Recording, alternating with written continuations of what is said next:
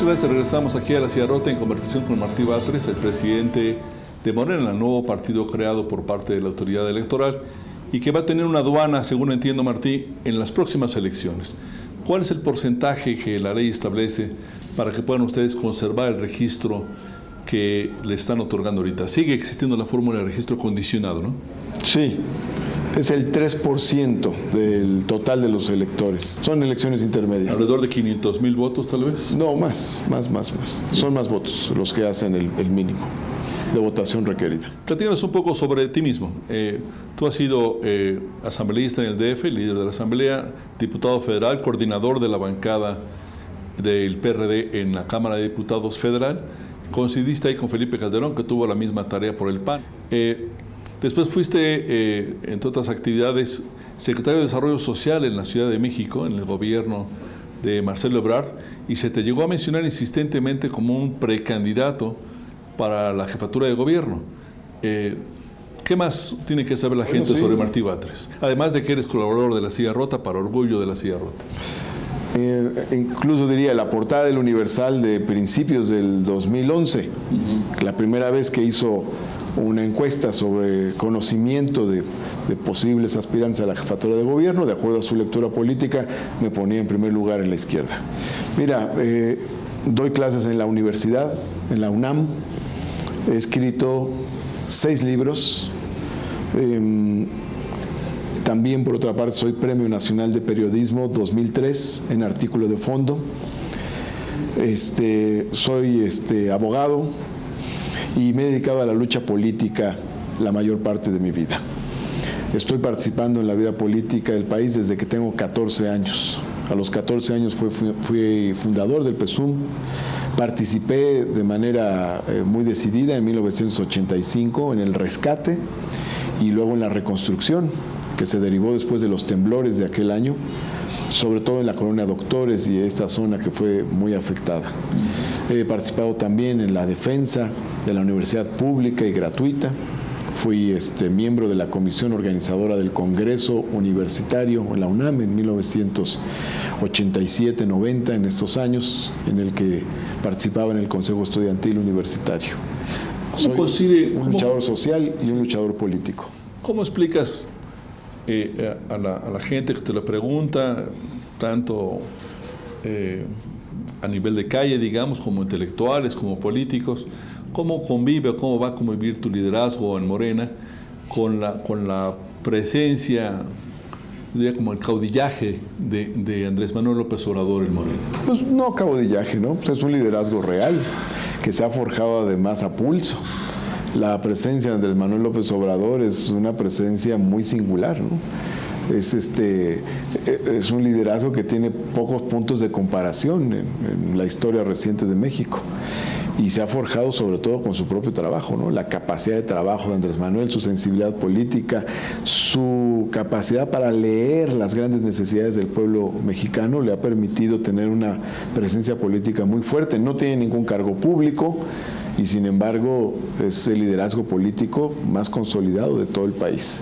Ahora, pues es una fortuna para Morena que ese liderazgo político esté en Morena. Por otro lado, bueno, ya desde que se eligió a los órganos de dirección de Morena, en noviembre, el 20 de noviembre del 2012, se eligió al presidente del Consejo Nacional, Andrés Manuel López Obrador, y a mí se me eligió como presidente del Comité Ejecutivo Nacional. Y bueno, hemos funcionado muy bien. Cada quien tiene sus tareas, yo tengo un conjunto de tareas de carácter legal, tiene que ver con todos los aspectos legales de la organización, también atiendo a los comités ejecutivos estatales, también atiendo las tareas cotidianas de las diversas secretarías del comité ejecutivo, nuestros asuntos internos, también atiendo de manera importante el tema de la relación con los medios de comunicación. ¿Quién va a decidir las candidaturas el próximo año? Y del conjunto de relaciones ¿El presidente del CEN o el presidente del Consejo? Las va a decidir la militancia. Tenemos mecanismos para ello. Tenemos un sistema interesante. Los candidatos de Morena que se decidan el próximo año serán candidatos y candidatas los que tengan el mayor posicionamiento. Esto quiere decir que vamos a hacer encuestas, vamos a hacer un conjunto de mediciones. para que quien resulte candidato sea el que sea más prestigiado, más querido, más conocido en la población. Sin duda hay un fenómeno como de desprendimiento de Morena desde el PRD, digamos, eso es algo indudable, y ha ocurrido mucho en la historia de los partidos de izquierda en México. Pero la mayor parte no. La mayor parte de Morena no viene del PRD. De hecho, tal vez de la nueva militancia o este registro que hicieron. Hay unos datos que saca el INE, más o menos de 600,000 afiliados que Morena presentó, más o menos como 100,000 venían del PRD, pero 500,000 de ciudadanos es la primera vez que participan. Eso es muy interesante. La gran mayoría de los afiliados, de los militantes y de los dirigentes de Morena no tienen una experiencia partidista previa. ¿Cómo explicas que esa militancia sea casi 3 veces superior a la militancia que logró registrar el PAN después de la depuración de su padrón? Creo que más alta que la del PRD. La del PRI ya no se sabe si es una militancia o es un ordenamiento de otra naturaleza. Siempre hay que tomar con un poco de reserva, digamos, esos números, ¿no, Jesús? Bueno, en el caso de Morena ha acreditado de manera fehaciente la estructura que tiene. Logramos hacer de las 20 asambleas que nos pedía el Instituto Electoral, hicimos 30, 20 y 10 más. Hay una implantación territorial en todo el país. Hay una capacidad de movilización que no tiene el PAN y ni siquiera el PRI en estos días. Bueno, tú viste en el Zócalo capitalino como el día del grito de independencia, el 15 de septiembre del año pasado, pues había muchos letreros de los camiones que venían trayendo gente del Estado de México, pero la convocatoria del gobierno federal fue muy escasa, ¿no? Y el PAN seguro que no te llena el Zócalo. Morena sí. Yo no tengo ninguna duda de que el personaje Andrés Manuel López Obrador es muy singular en la historia reciente política del país. El hecho de haber participado en las últimas 2 elecciones presidenciales de manera tan competitiva, tan cerca del primer lugar, es algo que no existe un registro en la historia reciente del país, simplemente. No, y en el caso de la elección del 2006, en el primer lugar, arrebatado, pero en el primer lugar. Yo sé que hay una polémica en ese sentido. Pero estoy recordando la imagen del ingeniero Cuauhtémoc Cárdenas en el PRD, que también tuvo decimos en México, liderazgo moral durante muchos años en el PRD, y ahora veo algo similar en Morena, cada quien con distinto sustrato histórico, por así decirlo, ¿no? El ingeniero con la herencia del general Cárdenas y Andrés Manuel con el peso electoral.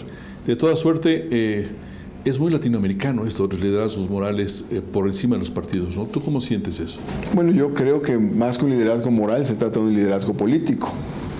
En el caso de Andrés Manuel y también en el caso del ingeniero Cárdenas así fue. La movilización de 1988, la ruptura del PRI y la emergencia de una gran movilización popular dio origen a este proceso, ¿no? Y a un liderazgo muy fuerte del ingeniero Cuauhtémoc Cárdenas en aquel entonces.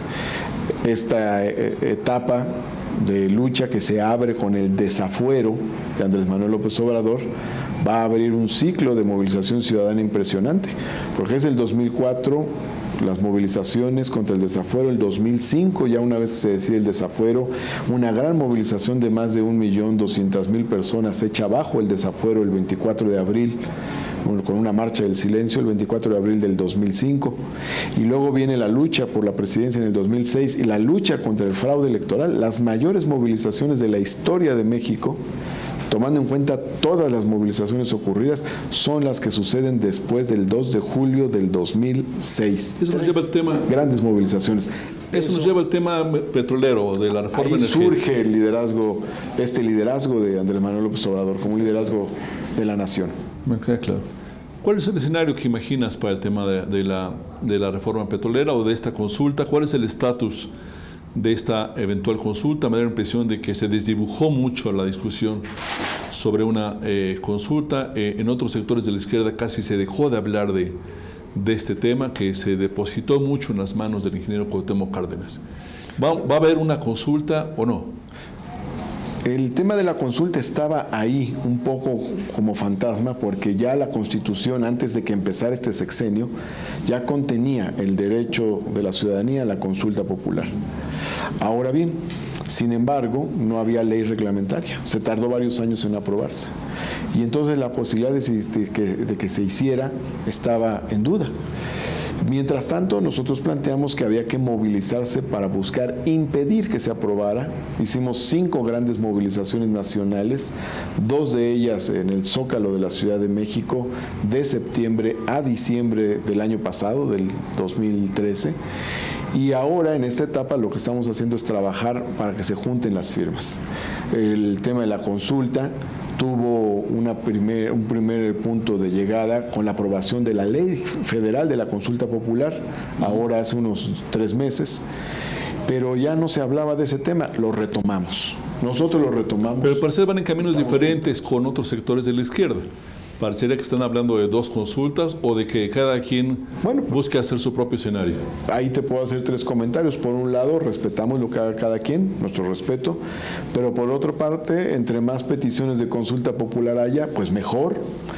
Y por otro lado, también te diría que nosotros estamos trabajando en esta idea al margen de cualquier tipo de negociación. Consideramos que el tema del petróleo y por lo tanto el tema de la consulta no puede entrar en un abanico de movimientos de negociaciones entre las fuerzas políticas nacionales. Por eso estamos nosotros trabajando por nuestra cuenta y con la ciudadanía en este tema de la consulta popular. Muy bien, vamos a retomar ese tema en el siguiente bloque, si te parece, y vamos a discutir también qué va a pasar con Morena en lo que parece ser uno de sus asientos más naturales, que es la capital del país. Regresamos con ustedes en un minuto aquí en La Silla Rota. Muchas gracias.